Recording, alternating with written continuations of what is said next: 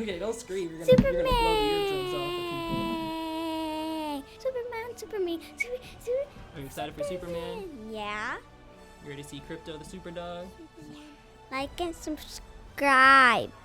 I know I'm usually the Transformer guy on the channel, but what y'all probably don't know is that I'm a huge DC fan. I've been loving DC TV shows and movies ever since I came out the womb. Teen Titans, Justice League Doom, The Batman, Static Shock, Wonder Woman, Young Justice, Mask of the Phantasm, the New 52 adaptation, the Tomorrowverse. I did not watch Naomi. Nobody watched Naomi. And y'all could dislike the video if y'all want, but some of Teen Titans Go does get a chuckle out of me. Batcave, identification, authorization. Batman's favorite, Robin. Welcome, Jason Todd. If it had a DC logo on it, I was watching it. I even read some of the comics, but I gotta be honest with y'all, I'm kind of a fraud. I only really read Batman comics, so my exposure to Superman came from the Ensemble Justice League movies, Batman and Superman team-up movies, Superman the Animated Series, which kinda includes Doomsday and Brainiac Attacks, the Justice League Animated Series, Legion of Superheroes, the last season of The Batman, and a handful of Smallville episodes. Aside from Brainiac Attacks, I never really saw Superman as an interesting character, and I considered heroes like Question, Plastic Man, Martian Manhunter, and Zatanna more interesting characters than Superman. Superman to me was the guy that punches the bad guy really hard, or destroys the giant robot. He never really piqued my interest until a little 12-year-old me watched All-Star Superman. It was like a switch turned on. This was the first time I watched a Superman movie and understood why he was the beacon of hope. This movie just made me feel good. It made me fall in love with Superman. It was a very human story before it was a superhero movie, and those are the type of superhero stories I find the most interesting. Then I watched Superman vs. the Elite, and I was all in on Superman. And then a year later, Man of Steel came out.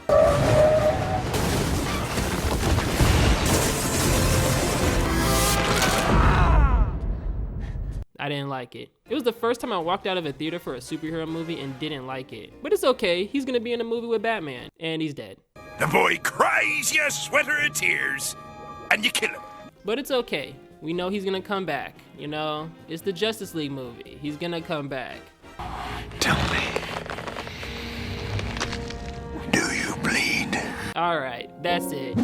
They have fumbled Superman 3 times in a row. And I know people are gonna mention Zack Snyder's Justice League, and while that movie was good, Superman wasn't in that movie all that long. He comes back to life, punches people, hugs Lois, then punches the main bad guy until the movie ends. He's already dead. We had some wins like Superman and Lois and My Adventures with Superman, which really emulates the joy behind being Superman. But it wasn't until this trailer where I really felt like we were going to get the most comic accurate adaptation of Superman.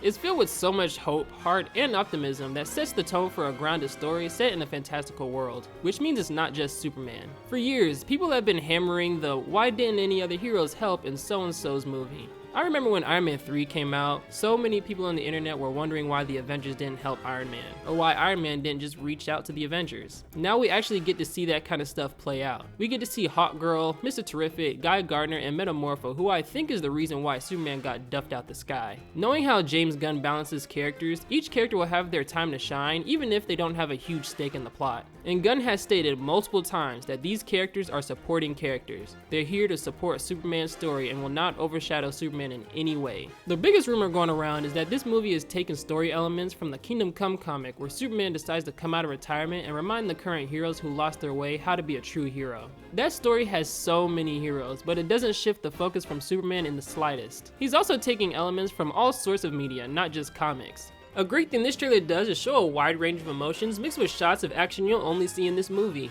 And that's one of the biggest problems plaguing recent superhero movies. They're all the same and follow the same beats. All these movies have things that we've seen 1,000 times. But here, you only see Superman fight a kaiju in this movie. You only see a little boy call out for Superman in this movie. You only see Lex Luthor ooze unimaginable anger in this movie. If audiences see things that can only be found and experienced in this movie, they'll be more inclined to spending $15 on a ticket. If this movie presents itself as an event from the marketing, it will get butts in the theaters. And most importantly, if the story is good enough to be worthy of spending that ticket, word of mouth will go around. And luckily for DC, they have James Gunn running the creative division. James Gunn is one of the best comic book movie directors in the last decade.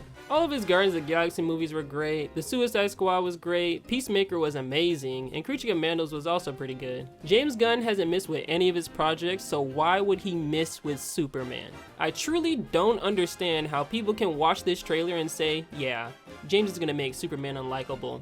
James' biggest strength is that he makes you care about the characters. If I were to stop some random guy or girl on my campus, 9 times out of 10, they're gonna know who Rocket Raccoon is. My mom will put on a movie and fall asleep to it immediately. She does not watch movies like that. And she knows who Rocket Raccoon is. Why? Because he gave you a good movie with a well-written character. One of the best scenes was when Rocket finally accepted the fact that he was a raccoon. That scene bleeds emotional payoff because we spent so much time with him reiterating the idea that he's not a raccoon until this scene. If he can add as much or more emotion into Superman as he did his Guardians movies, I think DC will be okay. Plus, every time he talks about the movie industry or superheroes, it's filled with confidence. It boggles my mind how some people can listen to him talk about DC or Superman and go, yeah, this movie's gonna suck. How could I create a Superman that's true to the character of Superman, that absolutely loves the character Superman, and yet is a take on Superman that's different enough that it's worth, making a big budget movie about it. That it's worth people seeing it, that it won't be boring, all of those things. For the first time in years, we have a CEO who not only actually loves and reads comics, but understands the flaws of the film industry. He seems to understand why movies are failing and has a solution. I made a video a little while ago where I said superhero fatigue isn't a real thing. People aren't getting tired of superhero movies, they're getting tired of bad superhero movies. And even now, it seems people are getting tired of just okay superhero movies. These movies don't feel like events with spectacle anymore. They're just okay. And Gunn seems to agree. And today, people are greenlighting projects because an IP has to be out on a certain date, which means that the screenplays are worse. And movies are suffering for it. And TV is thriving because there's so much good television out there. And movies are just really suffering. And it's not because people don't want to go to the box office. It's not because, people don't care about that format anymore. It's because the movies aren't as good. And it's all comes down to the writing, and to have a director out there, shooting his heart out and trying his best with something that doesn't have a third act. It's just self-sabotage. And we got to quit doing it as an industry. He's right. He's hammered the fact that storytelling is all that matters and the movies will not be made until a script is done and good enough to be made. And so far he's kept that promise. In interviews, he said that he's gotten scripts for other projects, but they're not good enough, so they won't be made until they're good enough. We're not quite there yet. We're just not quite there. It's not in terms of the scripts aren't quite where I want them to be, right. From the beginning. I've made it clear that the one thing that we're going to do at DC is no matter what, we're going to wait until the screenplays and the teleplays are ready before we shoot them. And I'm not going to shoot anything until I'm happy with it.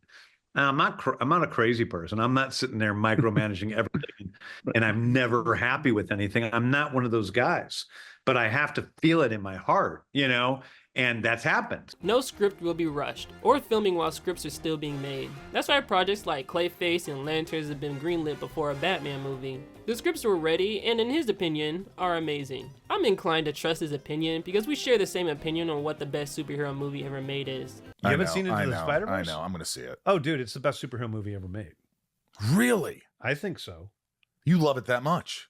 I do love it. DC is also doing stuff that the MCU should have been doing at the start of Phase 4, which is dive into different genres. For years, I've been telling my friends that Marvel needs to make a horror movie. Not a horror-esque movie, an actual horror movie. There are so many characters in DC and Marvel that can be adapted into horror movies. And they don't even have to be horror, they could just be different. Now DC is going to be diving into different genres so that each project is something unique and different.